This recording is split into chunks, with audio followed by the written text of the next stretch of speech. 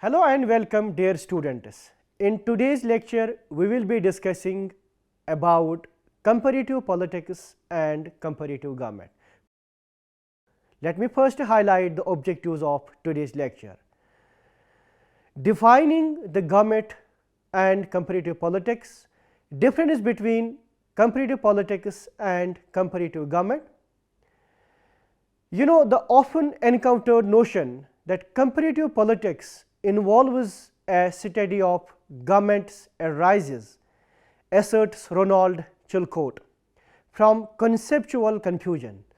Unlike comparative government, whose field is limited to comparative study of governments, comparative politics is concerned with the study of all forms of political activity, governmental as well as non-governmental. The field of comparative politics, as argued by Ronald H. Chilcott, has an all-encompassing nature, and comparative politics specialists tend to view it as the study of everything political. Any lesser conception of comparative politics would obscure the criteria for the selection and exclusion of what may be studied under this field. It may, however, be pointed out that for long comparative politics concerned itself with the study of governments and regime types and confined itself to studying Western countries. The process of decolonization, especially in the wake of the Second World War, generated interest in the study of new nations. The increase in numbers and diversity of units and cases that could be brought into the gamut of comparison was accompanied also by the urge to formulate abstract universal models, which could explain political phenomena and processes in all the units. At around this time, along with the increase and diversification of cases to be studied, there was also an expansion in the sphere of politics so as to allow the examination of politics as a total system, including not merely the state and its institutions, but also individuals, social groupings, political parties, interest groups, social movements, etc. Certain aspects of institutions and political process were especially in focus for what was seen as their usefulness in explaining political processes. For example, political socialization, patterns of political culture, techniques of interest articulation and interest aggregation, styles of political recruitment, extent of political efficacy and political apathy, ruling elites, etc. These systematic studies were often built around the concern with nation building, that is, providing a politico-cultural identity to a population, state building, that is, providing institutional structure and processes for politics and modernization, that is, to initiate a process of change along the western path of development. The presence of divergent ideological poles in world politics, especially in Western capitalism and Soviet socialism, the rejection of Western imperialism by the newly liberated countries, the concern of these countries with maintaining their distinct identity very well reflected in the rise of the non-aligned movement and the sympathy among most countries with a socialist path of development gradually led to the irrelevance of most modernization models for purposes of global or larger level comparisons. Whereas the 50s and 1960s were the period where attempts to explain political reality were made through the construction of large scale models, but in 1970s it saw the assertion of third worldism and the rolling back of these models. Then in the 1980s we saw constriction in the level of comparison to narrow or smaller units. With globalization, however, the imperatives for large scale comparisons increased and the field of comparisons has diversified with the proliferation of non-state, non-governmental actors and the increased interconnections between nations with economic linkages and information technology revolution.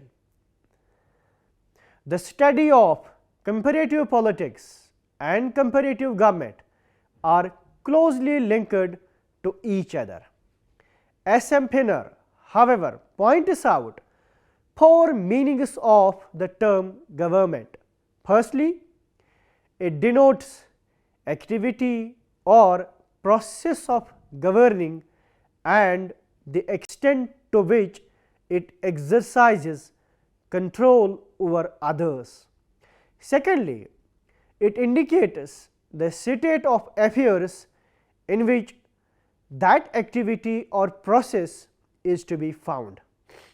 Thirdly, it tells us about people who are charged with the duty of governing, and finally, it denotes the manners, method or system by which particular society is governed. Government is thus a standardized arrangement for taking decisions which affect the whole group. The need of the government arises as it is essential for territorial associations to adopt a common policy, and in many cases rival bodies of members advocate mutually exclusive policies. Alan Ball has tried to establish a link between the government and politics. There is now a great stress in both on informal political process than political institutions of the state. That is why Edward Freeman points out that comparative politics is nothing else but comparative analysis of various forms of government and diverse political institutions. Jean Blondel also agrees with the view and says the comparative government can be defined as the study of patterns of national governments in contemporary world. Scholars have tended to use the terms comparative government and comparative politics for each other without realizing the difference between the two. For example, Professor S. E. Feiner does not consider the two as different when he argues that politics is neither the same thing as government, nor is it necessarily connected only with those great territorial associations which have a government and which are known as state. For if we use government in the sense of governance or the activity of governing, we shall find that government exists at different levels. For the vast area of human conduct and activity in society proceeds quite unregulated by the public authorities. It forms a coherent set of patterns and regulates itself.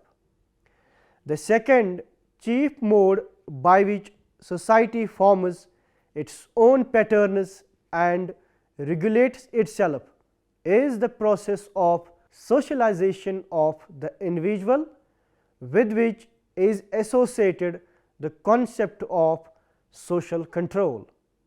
Most societies in the modern world, however, are equipped with governments.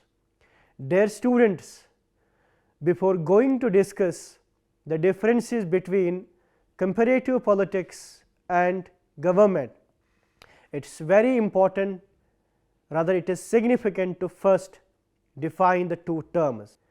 What is comparative politics?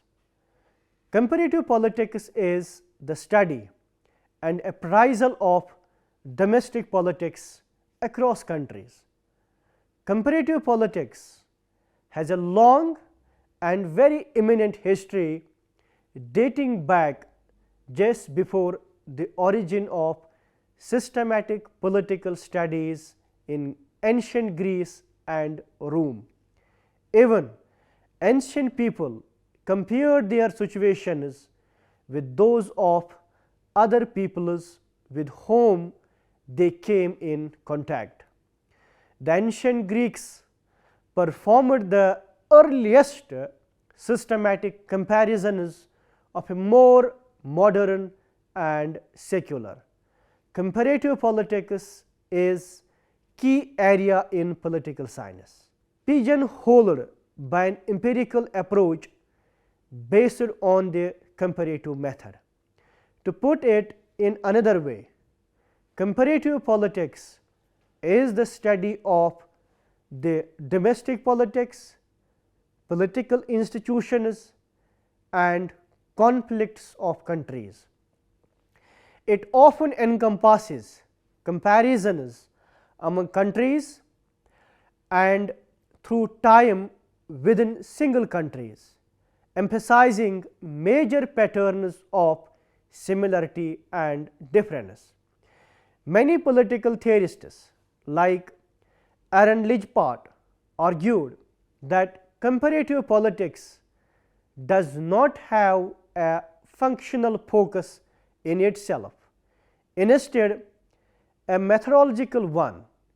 In simple form, comparative politics is not defined by the object of its study, but by the method it applies to study political phenomena. Peter Meyer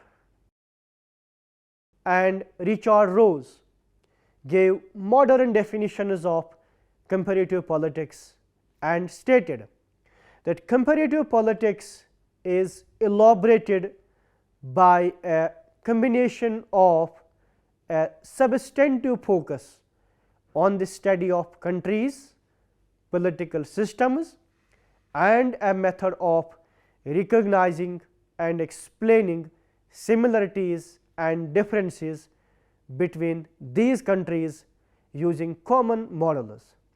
In the field of comparative politics, the term politics has three important connotations such as political activity, political process and political power.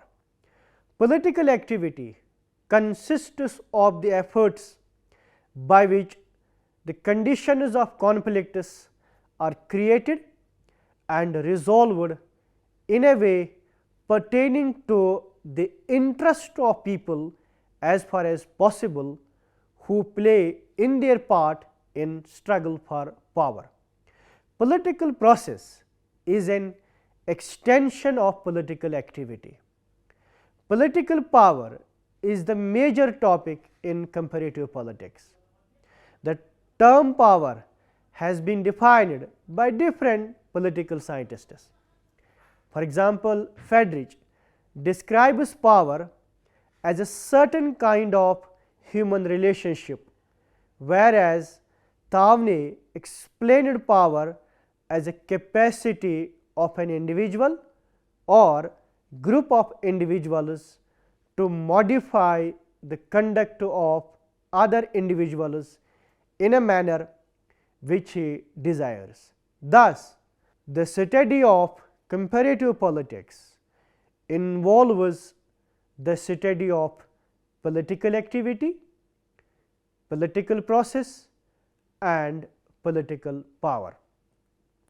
Dear students, let us now talk about what is comparative government.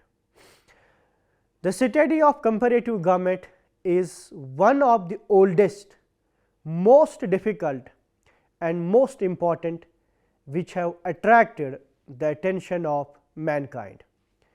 It can be traced back at least to the 4th century BC, when Aristotle made the first recorded attempt at describing in some detail the characteristics of the tyrannies, oligarchies and democracies which prevailed in the various parts of the world.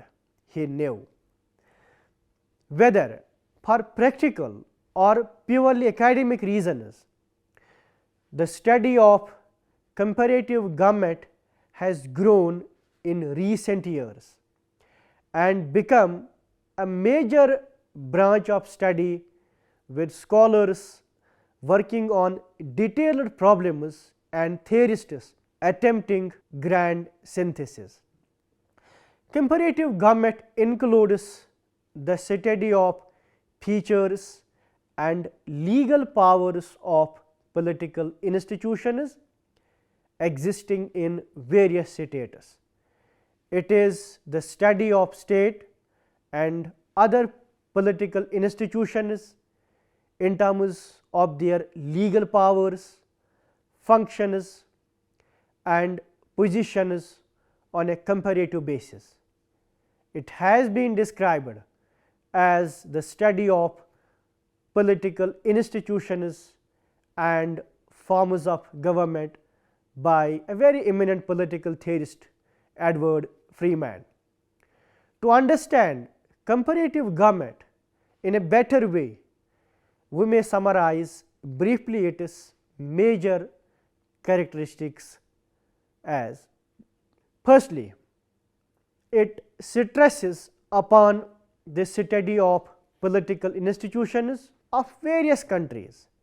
Secondly, it focuses on the study of major constitutions of the world.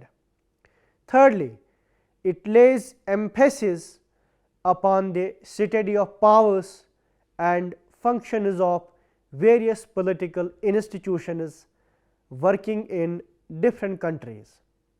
Fourthly, it involves the formal study of the organization and powers, description of the features of the constitutions and political institutions, and legal powers of political institutions form the basic contents of comparative government study.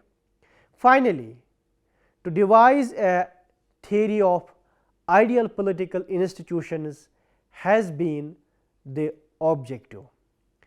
The systematic study of the government of more than one country is what may be referred to as comparative government. How is comparative politics different than comparative government? A number of scholars make a distinction between the comparative politics and government. They believe that the scope of the study of comparative government is much more limited than that of comparative politics. Comparative government comprises the study of states, their institutions and functions. It does not take into account of the non-governmental institutions and is also not concerned with their functions. But comparative politics is concerned with politics, that is power relationship, wherever they occur. Hence, its jurisdiction is not limited to the study of state only.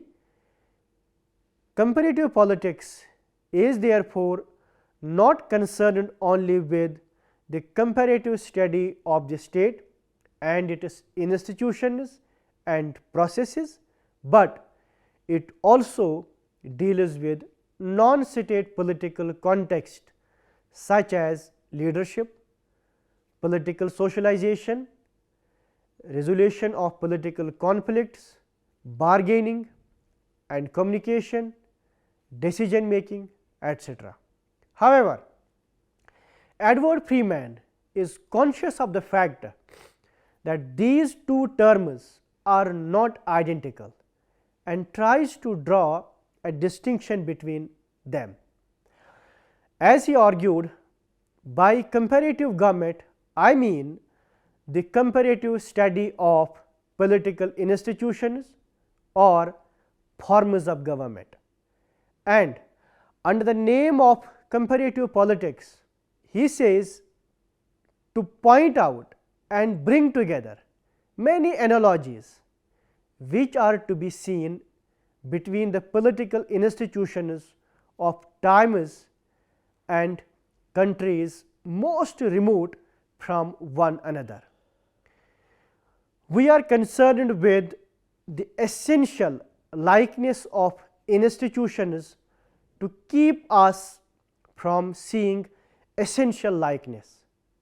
While making a distinction between the two, Michael Curtis points out that comparative politics is concerned with behavior, institutions, processes, ideas and values present in more than one country.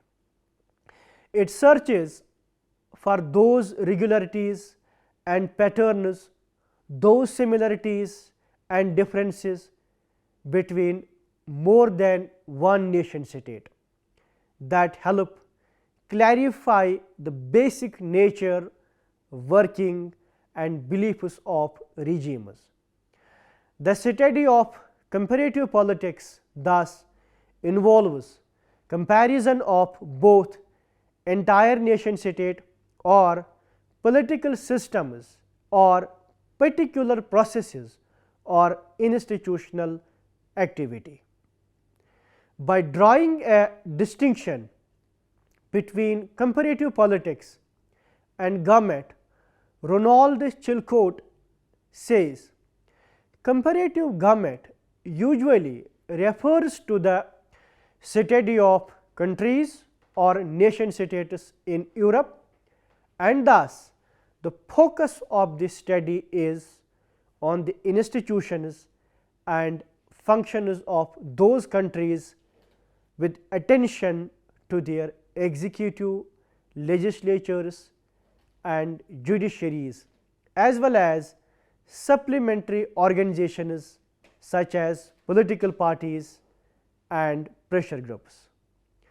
Comparative politics, in contrast, studies broader range of political activity, including governments and their institutions, as well as other forms of organization not directly related to national governments. For example, tribes, communities, associations, unions. However, Jane Blodell is of the opinion that comparative government can become comparative politics when both the vertical and horizontal aspects of comparison are taken into account. The main differences between comparative politics and comparative government are as follows.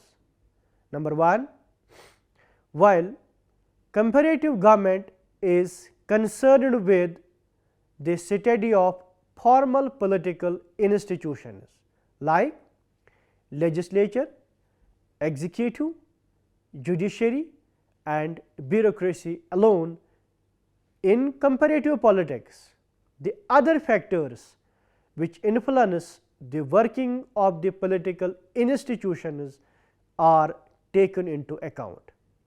In other words, comparative politics makes a study of the formal as well as informal political institutions. This point has been discussed by a very important scholar. He says the scope of comparative politics is wider than that of comparative government, despite search for making comparisons which is central to the study of both. The concern of a student of comparative politics does not end with the study of rule making, rule implementation and rule adjudication, organs of various political systems, or even with that study of some extra constitutional agencies, for example, political parties and pressure groups having their immediate connection, visible or invisible, with the departments of state activity. In addition to all this, he further goes and says ahead to deal with even those subjects hitherto considered as falling within the range of economics, sociology and anthropology. Secondly, comparative government was chiefly confined to the study of the political institutions of Western democratic countries. On the other hand, comparative politics concentrates on the study of political institutions of all the countries of the world. It has laid special emphasis on the study of political institutions of the states which have emerged in the 20th century. Thirdly, comparative government involves only descriptive study of the political institutions and makes only formal study of the political institutions provided by the Constitution. On the other hand, comparative government concentrates on analytical study of the various political institutions. Investigation and experimentation constitute prominent features of comparative politics. Finally, comparative government concerns itself only with the political activities of the political institutions, while comparative politics also takes into account the economic, cultural and social factors. In other words, it tries to examine the political institutions through interdisciplinary approach. Dear students, to conclude today's lecture, we can say that difference between comparative politics and comparative government is very subtle, that they are often referred to as one.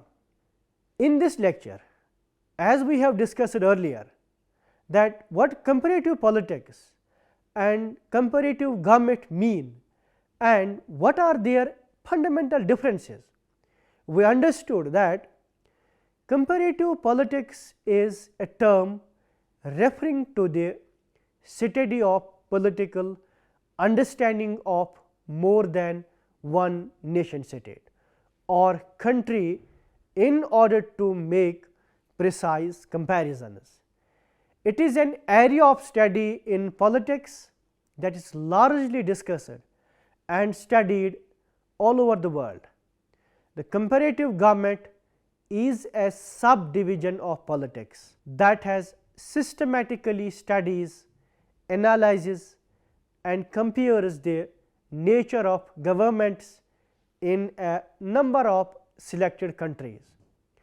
A government is the topmost hierarchical body of governance in the country or a nation state. Through the study of comparative government, different forms of governments encountered around the world are studied, analyzed and compared with a view to understand the differences and seeking any potential practices a country can learn from another and adopt.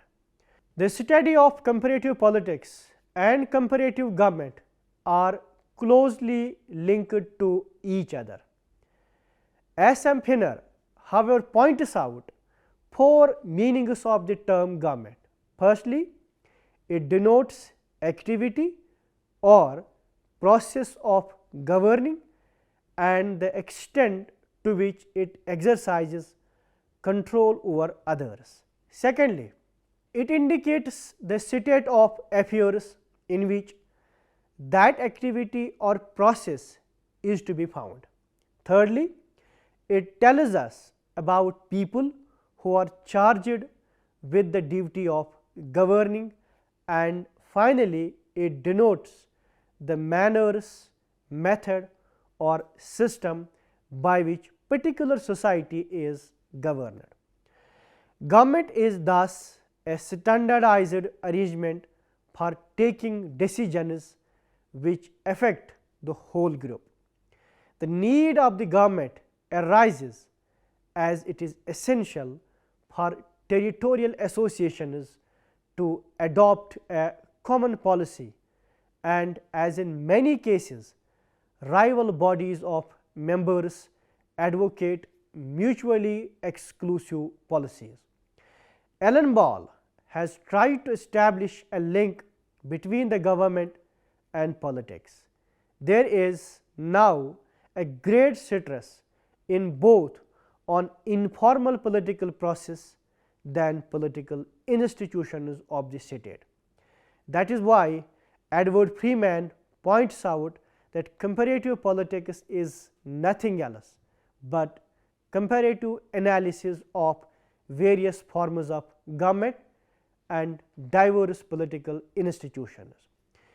Jean Blodell also agrees with the view and says the comparative government can be defined as the study of patterns of national governments in contemporary world. Despite some scholars using the two terms interchangeably, there are significant differences between the two, as we have discussed earlier. We understood that the field of comparative politics is a wider body, whereas comparative government is one of its subdivisions. Comparative politics studies and compares different theories and political practices of countries and nation states. Comparative government is the study, analysis and comparison of different government systems around the world. Comparative politics is not only about the government, it encompasses studying political aspects in terms of governance, foreign policies, etc. However, comparative government only compares different forms of governmental bodies in the world. Despite these differences, as mentioned above in this lecture, the terms comparative politics and comparative government are often referred together in the sense that if a university offers a course in this field, it would best be on comparative politics and government. They are not often separated when studied. Thank you, dear students, for patiently listening to my lecture. I hope you would have enjoyed.